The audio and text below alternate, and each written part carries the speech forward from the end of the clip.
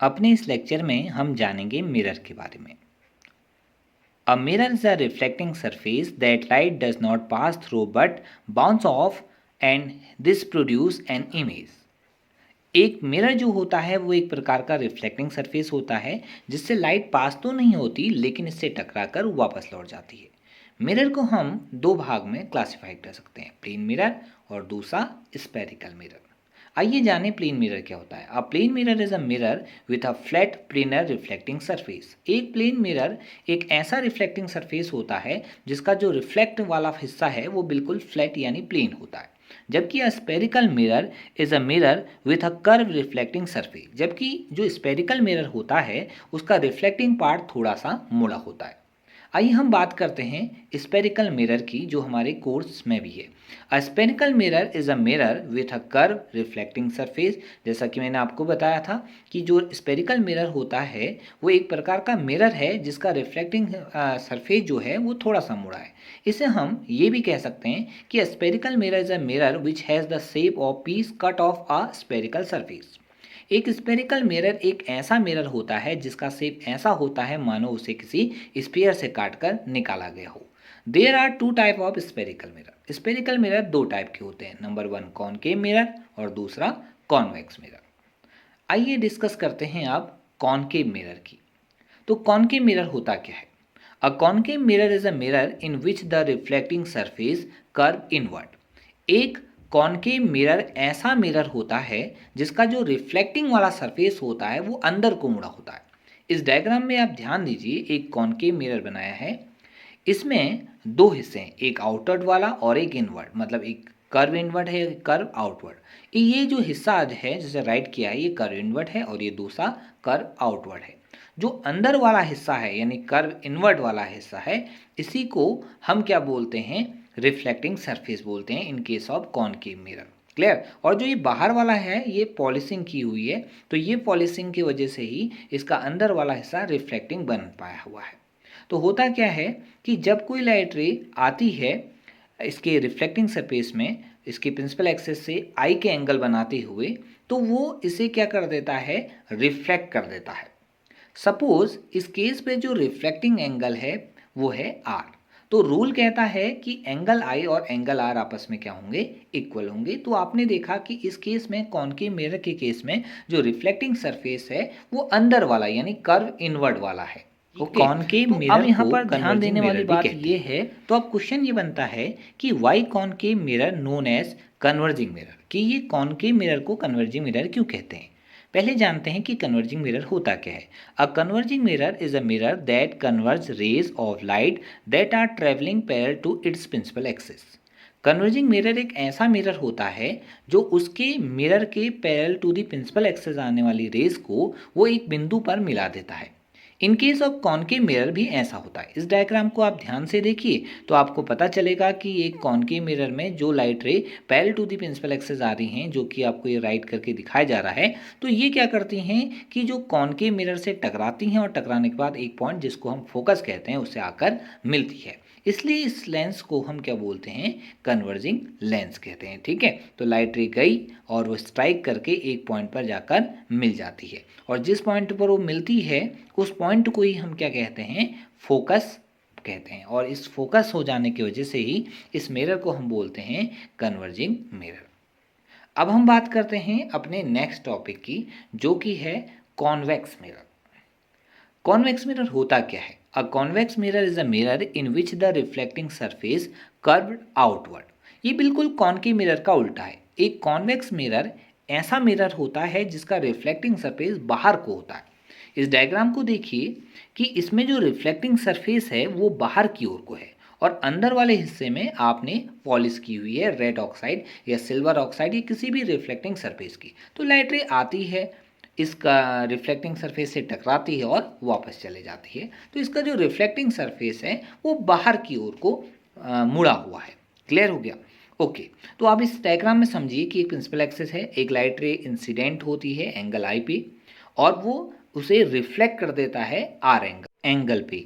ठीक है, अब नोट करने वाली बात यह है कि it is also known as diverging mirror, इसे डाइवर्जिंग मिरर भी कहते हैं। तो अभी क्वेश्चन बनता है कि why convex mirror known as diverging mirror. आइए जानते हैं कि डाइवर्जिंग मिरर है क्या। A diverging mirror is a mirror that diverge rays of light that are travelling parallel to its principal axis. एक डाइवर्जिंग मिरर एक ऐसा मिरर होता है जो उस मिरर के पैरेलल टू द प्रिंसिपल आने वाली रेज को फैला देता है। इस डायग्राम को आप ध्यान से देखिए तो यहाँ पर प्रिंसिपल एक्सिस से 4 लाइट रे आपको parallel to the principal axis आती हुई दिखती हैं और ये कॉन्वेक्स मिरर पे 4 बिंदुओं पर जाकर टकरा जाती है। तो इन पॉइंट पर टकराने के बाद वो क्या होती है, फैल जाती है और ऐसे फैलती है लगता है मानो वो कहाँ से होते हुए आ रही है, फोकस से आ रही है। तो यानी ये लाइट रे को फैला रही है। ये जो फैलाना है इसी को कहते हैं डाइवर्जेंस करना। ठीक है, तो इसलिए इस मिरर को कहते हैं हम डाइवर्जिंग मिरर। आइए अब हम बात करते हैं अपने नेक्स्ट टॉपिक के बारे में। हम इनसे रिलेटेड कुछ इंपॉर्टेंट डेफिनेशन के बारे में जानते हैं। तो अगला टॉपिक है सम इंपॉर्टेंट डेफिनेशन। पहली बात आती है पोल की। It is a centre of the reflecting surface of the mirror also called vertex of mirror. Generally it is denoted by a letter P. जो पोल होता है वो किसी भी रिफ्लेक्टिंग सरफेस, चाहे वो कॉनकेव हो और कॉन्वेक्स हो, उसके बीच वाला पॉइंट होता है। इन दो डायग्राम में आपको कॉनकेव और कॉन्वेक्स मिरर दिख रहा है। तो ये जो पोल आपको नज़र आ रहे हैं ये बीचों बीच में है, मतलब ऊपर से और नीचे से इसमें डिस्टेंस बराबर होती है। यानी ये रिफ्लेक्टिंग सरफेस के बिल्कुल बीचों बीच का यानी मिड पॉइंट है। इस मिड पॉइंट को ही हम बोलते हैं उस स्पेरिकल मिरर, चाहे वो कॉनकेव हो या कॉन्वेक्स, उसका पोल। ओके, दूसरा है centre of curvature. The centre of sphere of which the mirror form the part. जो आपका मिरर बना है स्पेरिकल मिरर, वो किसी ना किसी स्पेयर से बना है जो कि इस डायग्राम में दिख रहा है। उस स्पेयर का जो सेंटर है उसको ही हम बोलते हैं सेंटर ऑफ कर्वेचर। ठीक है, आपको दिख रहा है कि ये जो कर्व हमने बनाया स्पेरिकल, उसका सेंटर ये सी है। तो इस सेंटर को ही हम उस मिरर के लिए क्या बोलेंगे, सेंटर ऑफ कर्वेचर। नेक्स्ट आता है radius of curvature. The radius of the sphere of which the mirror form the part. जिस स्पेयर की आप बात कर रहे हो वो जिस स्पेयर से बना है उसका जो रेडियस है उसी को हम रेडियस ऑफ कर्वेचर कहते हैं। सपोज ये एक स्पेरिकल मिरर है और ये इस स्पेयर से बना हुआ है। इस स्पेयर का सेंटर सी है और एक सर्कमफ्रेंस पे पॉइंट जिसे हम पोल कहते हैं वो पी है। तो ये पी से सी तक की जो डिस्टेंस है, जो रेडियस कहलाती है स्पेयर के केस पर, वो मिरर के केस पर कहलाती है radius of curvature. Okay okay, अब आइए नेक्स्ट टॉपिक पे, वो है principal axis. The principal axis is called a line that passes through the pole of a spherical mirror और lens and the centre of curvature. Principal axis किसी भी mirror और lens की वो लाइन होती है जो उसके पोल और सेंटर ऑफ कर्वेचर से जाती है। इस डायग्राम में आपको दिखाई दे रहा है कि ये हमारा एक मिरर है जो ए पोल है और ये सेंटर ऑफ कर्वेचर है। इन दोनों से जाने वाली जो स्ट्रेट लाइन है उसी को हम बोलते हैं प्रिंसिपल एक्सिस। क्लियर है ना? ओके, आइए हम बात करते हैं दूसरे टॉपिक के बारे में, focus. The point on the principal axis at which the incident ray which are parallel to the principal axis meet or appear to meet after reflection from the mirror is called focus of the mirror.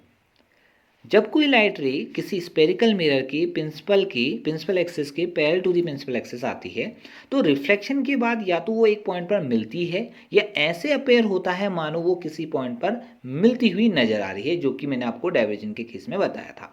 उसी को हम focus कहते हैं। इन दो डायग्रामों में आप ध्यान देंगे कि एक कॉनकेव मिरर है और दूसरा कॉन्वेक्स मिरर है। पहले वाले में वो फोकस पे आकर मिलती हुई दिख रही है, सारे parallel to the principal axis आई और वो एक पॉइंट जिसे हम फोकस कहते हैं वहाँ पर आके वो मिल गई। लेकिन दूसरे के केस पर वो डाइवर्ज हुई, लेकिन ऐसा लगा मानो वो फोकस से आ रही है, यानी वो अपेयर टू मीट हो रही है एक पॉइंट पर। तो इसी पॉइंट को हम बोलते हैं फोकस। क्लियर है ना? ओके, अब हम बात करते हैं नेक्स्ट टॉपिक जो है focal length. It is the distance between pole and focus point. आप इन दोनों को देखो, इस केस पर ये पोल है और ये वो फोकस है जहाँ पर लाइट रे मिली है। तो P से लेकर F तक की जो डिस्टेंस है इसी को बोलते हैं हम फोकल लेंथ। ठीक है, इस लेंथ को यानी पोल से फोकस तक की जो लेंथ है उसे फोकल लेंथ कहते हैं और इसे हम F से डिनोट करते हैं। और दूसरे केस में भी आप देख रहे हो कि P से लेकर F तक की डिस्टेंस है जिसको हम क्या बोलेंगे, फोकल लेंथ कहेंगे। ठीक है, और इसे भी हम F से ही डिनोट करेंगे। ओके, नेक्स्ट टॉपिक की बात करते हैं। इसे समझने के लिए आप इस डायग्राम को ध्यान दो, जहाँ एफ फोकल लेंथ है और आर जो है वो रेडियस ऑफ कर्वेचर है। तो ये दोनों केस में उसमें रिलेशन बनाता है।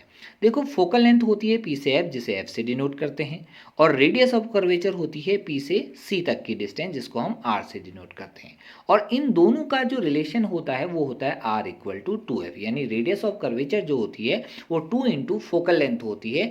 फिर से समझते हैं, पी से लेकर एफ तक की डिस्टेंस को फोकल लेंथ कहते हैं, और पी से लेकर सेंटर ऑफ कर्वेचर की डिस्टेंस को रेडियस ऑफ कर्वेचर कहते हैं। और इसके बीच में जो रिलेशन है आर इक्वस टू कितना होता है, 2f होता है। तो हमने देखा, चाहे वो कॉनकेव मिरर हो या कॉन्वेक्स मिरर हो, दोनों केस पर रेडियस ऑफ कर्वेचर जो होता है 2 इंटू फोकल लेंथ होता है। अब हम मिलते हैं अपने नेक्स्ट लेक्चर में एक न्यू टॉपिक के साथ, इमेज फॉर्मेशन बाय स्पेयर।